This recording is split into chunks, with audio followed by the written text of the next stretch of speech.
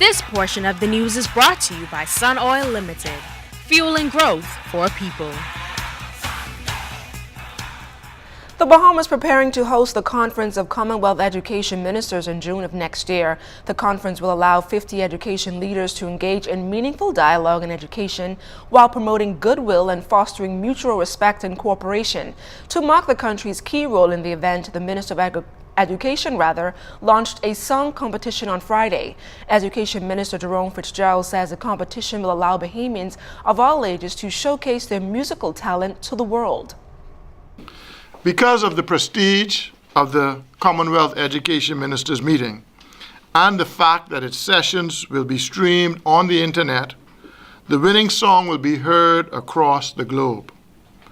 Related publicity will bring the song and songwriter significant exposure and possibly further career-enhancing opportunities. The competition will also provide an invaluable opportunity for feedback from the general public.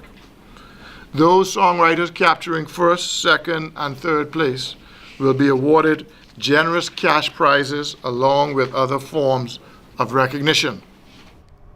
A group of well-known music educators and practicing musicians will judge the song competition, and residents will be able to vote for their favorite song. The public voting will constitute 30% of the overall scoring.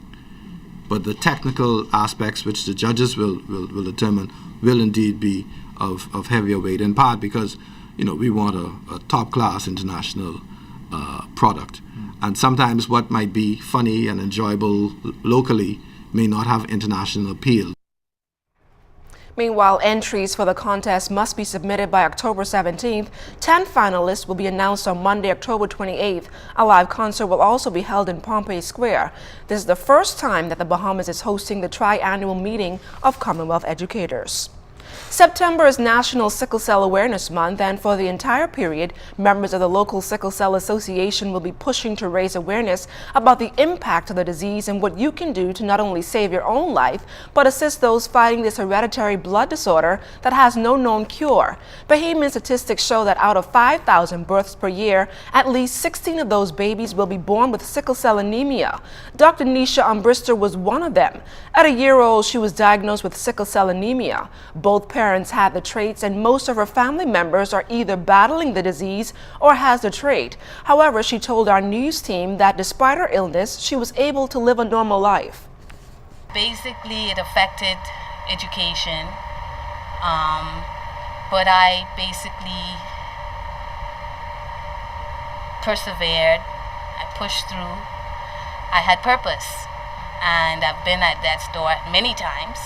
Approximately 12 years ago, I developed what you call acute chest syndrome, which is a clot that formed in the vessel of my lung, and I developed fluid in the lung.